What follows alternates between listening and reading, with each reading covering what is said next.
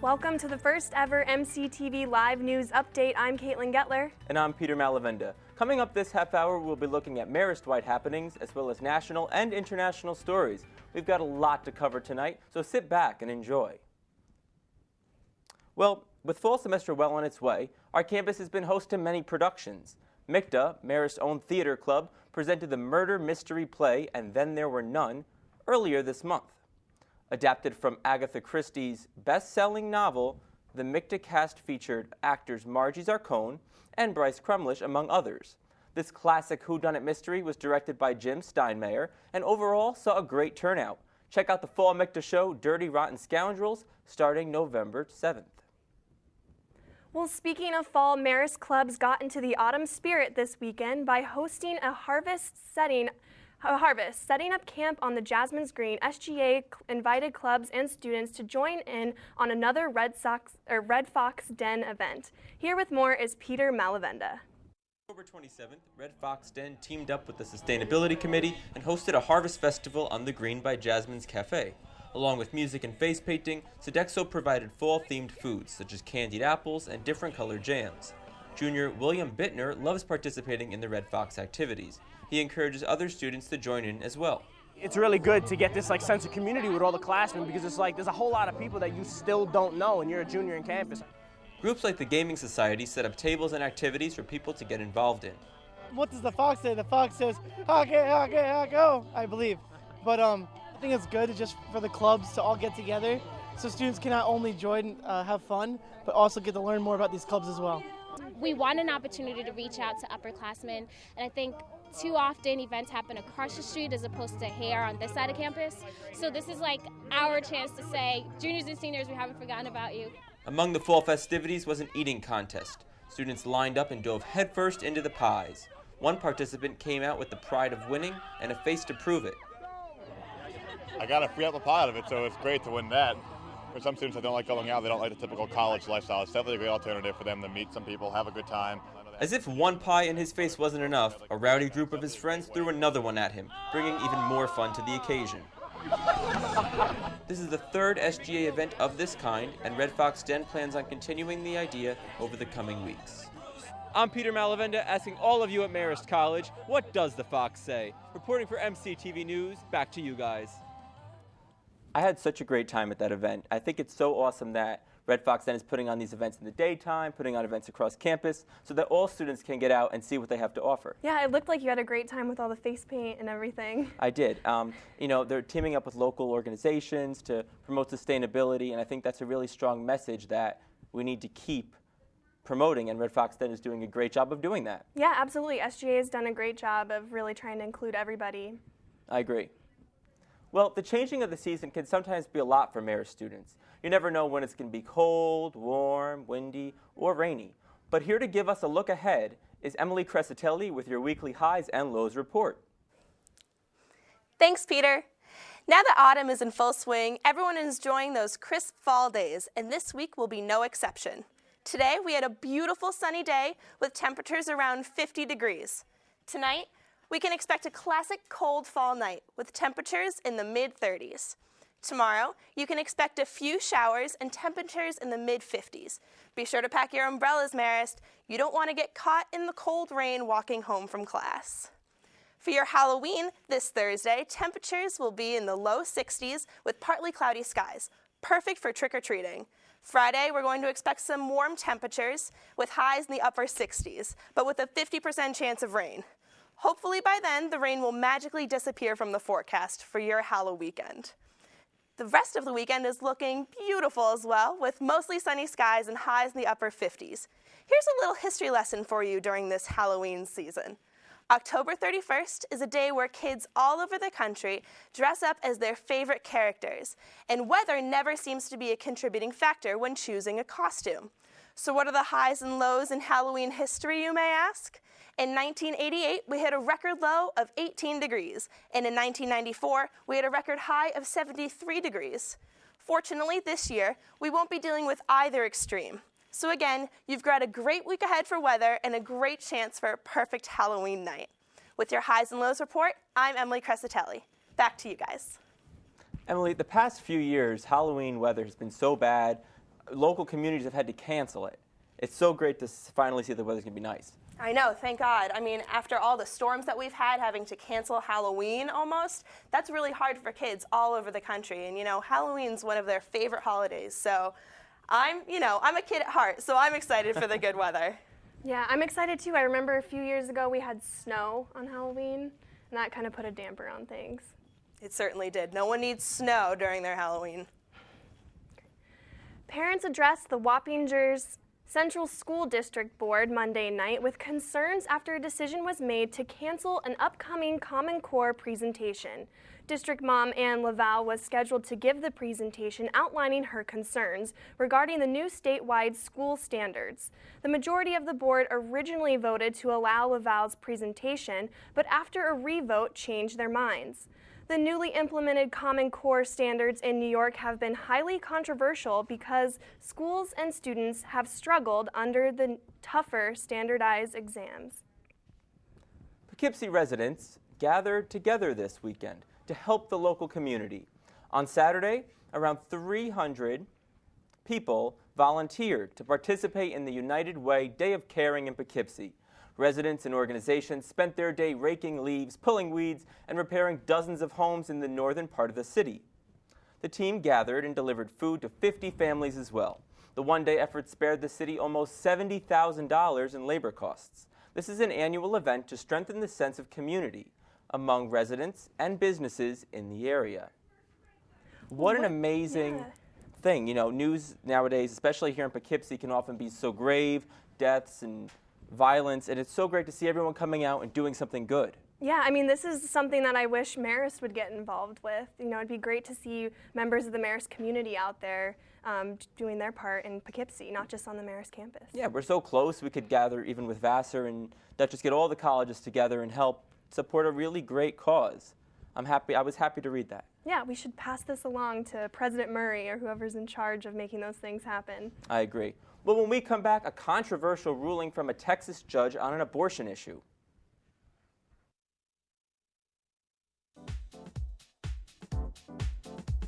Hi everyone, welcome to Red Fox TV.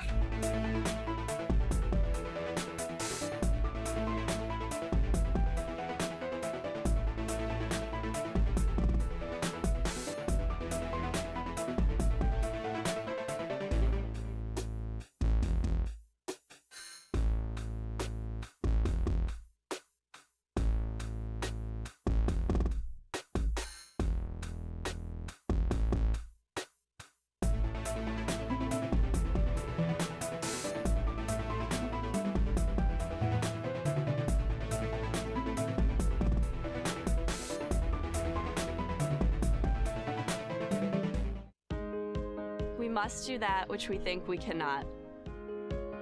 The mind is everything. What you think, you become. It is not best that we should all think alike. He who learns but does not think is lost. The main purpose of life is to live rightly, think rightly, act rightly. Oh, the things you could think up if only you try.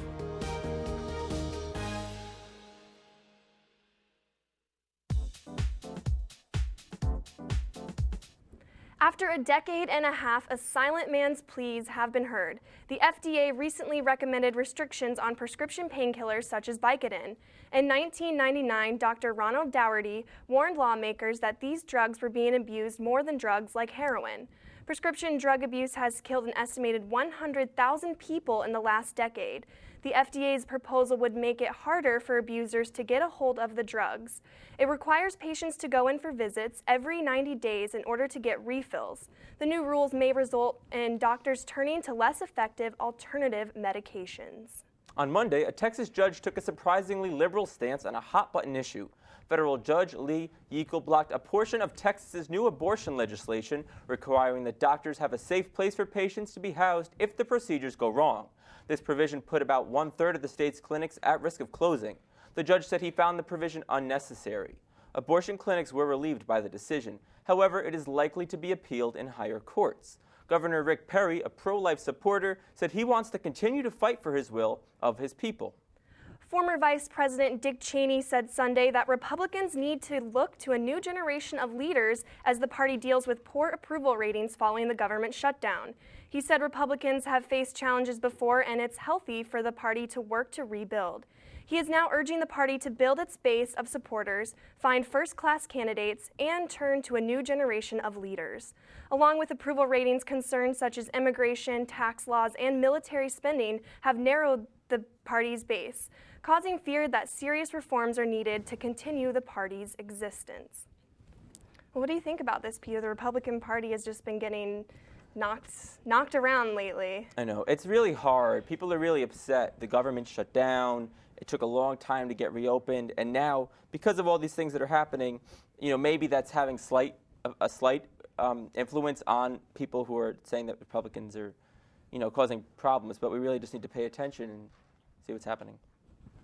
Well, as the weather gets colder, more and more people are staying inside and catching up on the latest gossip. Here with everything hot in Hollywood, we go to Brittany Jelinski. Thanks, Peter. For the first time in a long time, a young singer has proven that she has the talent and the skill to rise to the top of the music world. The 16-year-old from New Zealand, Lorde, is #1 basically everywhere, beating musicians like Katy Perry and OneRepublic with her debut single, Royals. Lorde is being praised for her ability to write songs that teenagers can relate to with a fresh and unique sound. Lorde is not the only artist out there who sings about a life not made up of wealth and possessions. Kesha, who is known for her crazy onstage performances, was forced to cancel her performance in Malaysia after the country decided that she was too offensive for their culture. Kesha tried to compromise, saying that she would change the lyrics and she would wear more conservative clothing, but she ultimately was threatened with imprisonment. As for TV news, the FX hit American Horror Story has proved to dominate ratings and scare audiences for the past 2 seasons, and this year American Horror Story Coven has proved to be no different. The show had over 5.5 million viewers for its premiere episode, and that beats Season 2 Asylum's records by over 44%. You can catch up on the series on Wednesday nights at 10. This weekend's box office hit big.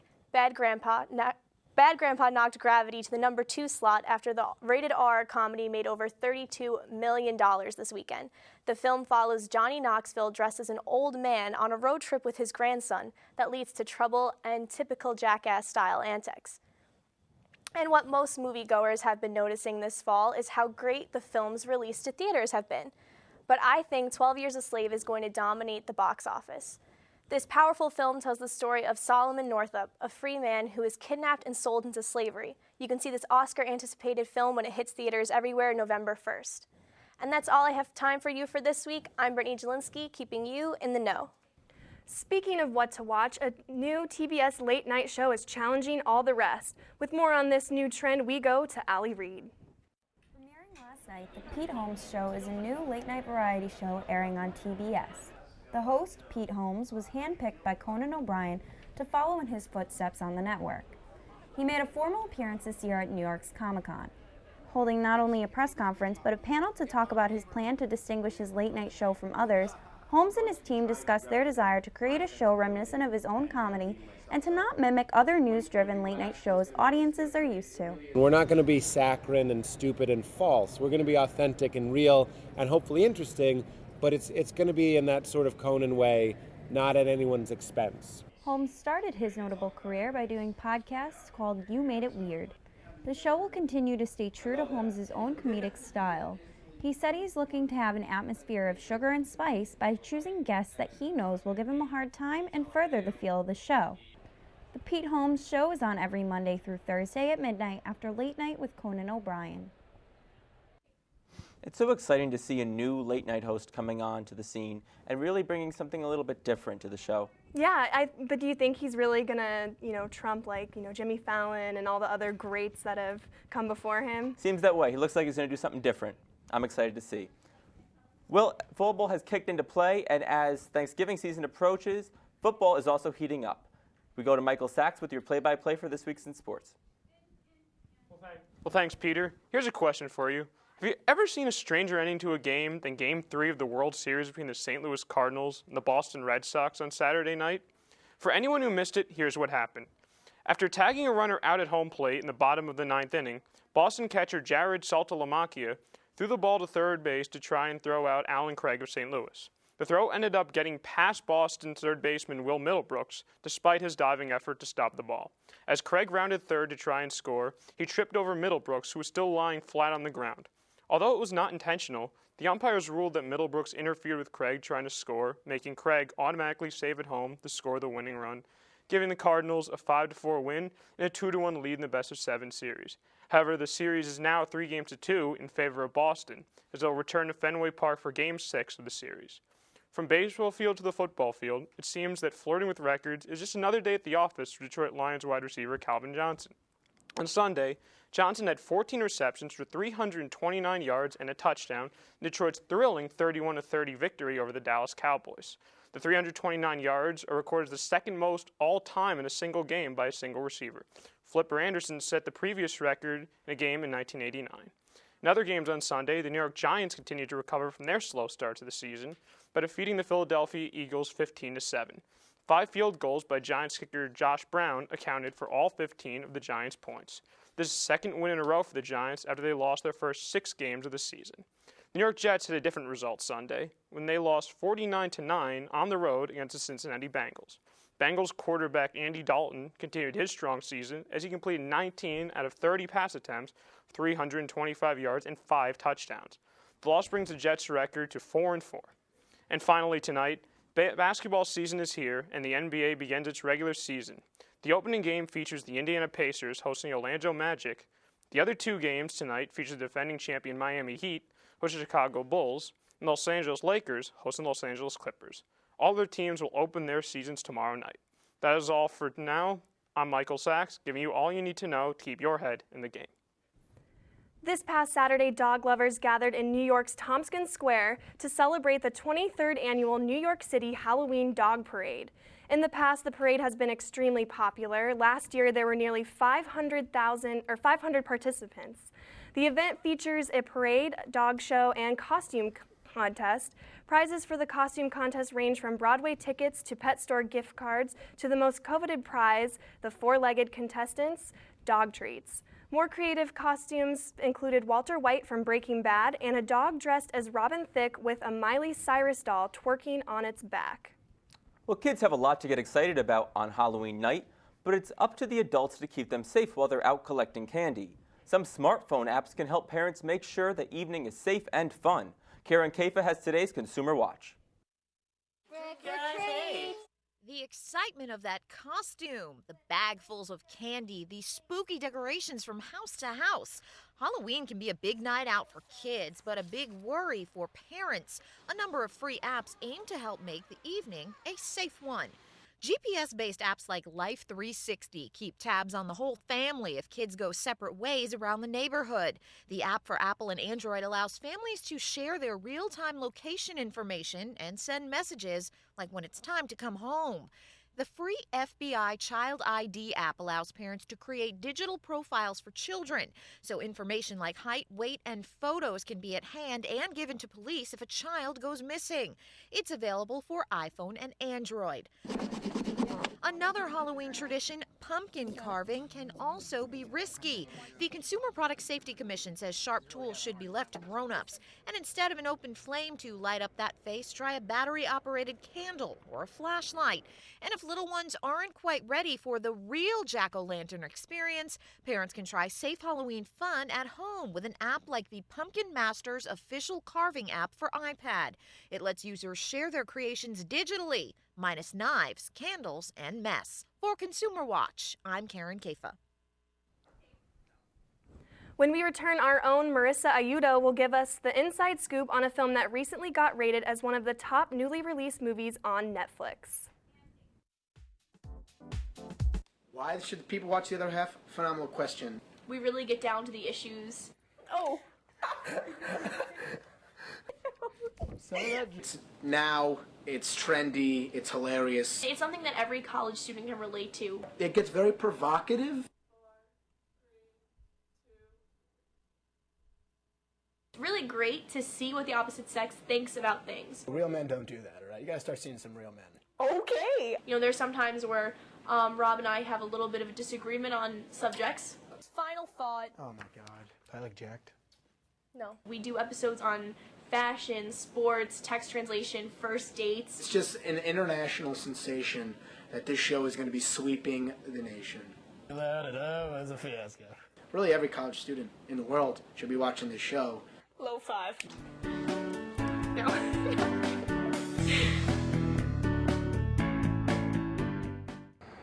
My name is Brittany, and I'm a freshman at Marist College. It was one of my first weeks on campus, and some friends and I decided to go out.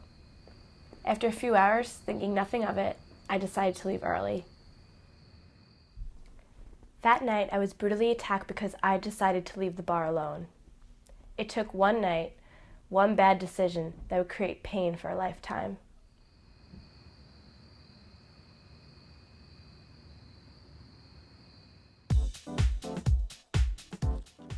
Despite its harsh name, the film A Band Called Death has been blowing critics out of the water. It was recently released for an online streaming on Netflix. The film has increased in popularity and even got named as one of the best newly released films on the site. After a long tour in the festival circuit, this film has entered the universe of the World Wide Web. Following the story of three Detroit brothers who just want to make music, the documentary highlights the struggles they face getting their sound out there. With a name like Death in the 70s, no one wants to sign you. The brothers were forced to retire their death dream and move on to different paths. More than 3 decades later, the music is discovered again and Death becomes alive. The film is stranger than fiction, and making it was just as much of a Cinderella story. And here with me today is one of the directors of the documentary A Band Called Death, Mark Avino. Thank you so much for joining us today, Mark. Thank you for having me. So glad you're here. If you could, just give us a little insider scoop on the story behind making A Band Called Death. Sure. My co-director, Jeff Hallett, had known the guys from the band for about 20 years, but he knew them as their current reggae band, Lamb's Bread. And one day, Bobby Sr., the lead singer of the band Death, his son came up to Jeff and said, "Hey, we're going to be covering my dad's music. You should come check us out." Jeff went to go see them cover their dad's music, and it ended up being Death's music. To his surprise, he thought he was going to hear reggae. Wow. And so Jeff knew he had to document it, and he met me on a music video and asked me to come along and help him do it. Sounds like a lot of fun. I mean, the whole process coming together. Yeah. But how did you get such a big name producer, Scott Mosier, to sign on with you guys? Like, that's a huge deal. Yeah, Scott, I mean, we ran out of money at one point and talked about putting the film on hold, and that same day, Scott Mosier found a trailer I had put online to show people that we were making a movie on A Band Called Death, and he started tweeting about it, and one of my friends saw his tweets and called me and told me about it, and I was like, Scott Mosier, the guy that produced Clerks and Chasing Amy and Good Will Hunting, like that Scott Mosier? He's like, yeah, and so I said, can you get me in touch with him? Can you send him a personal message through Twitter? He did, and I got in touch with him, and pretty much that same night, he became our producer. It's all through social media. It's all through social media. It's insane how you can make a movie these days. It's crazy. So a lot of people have comparing your movie, I know this is a little sensitive, to the Oscar-winning documentary Searching for Sugar Man. Your opinions on this? Haven't heard that one before. I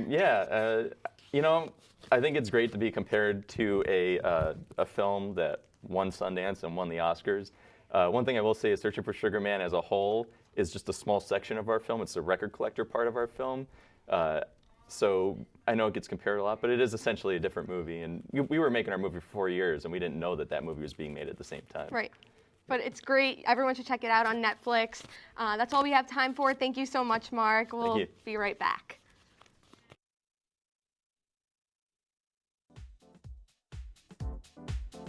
When should I be expecting you? 15 minutes? I'll be ready.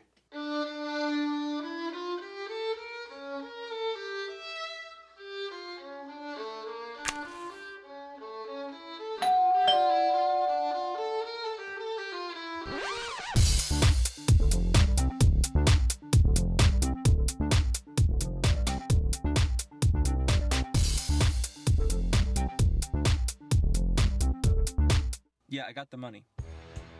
I'll be there soon.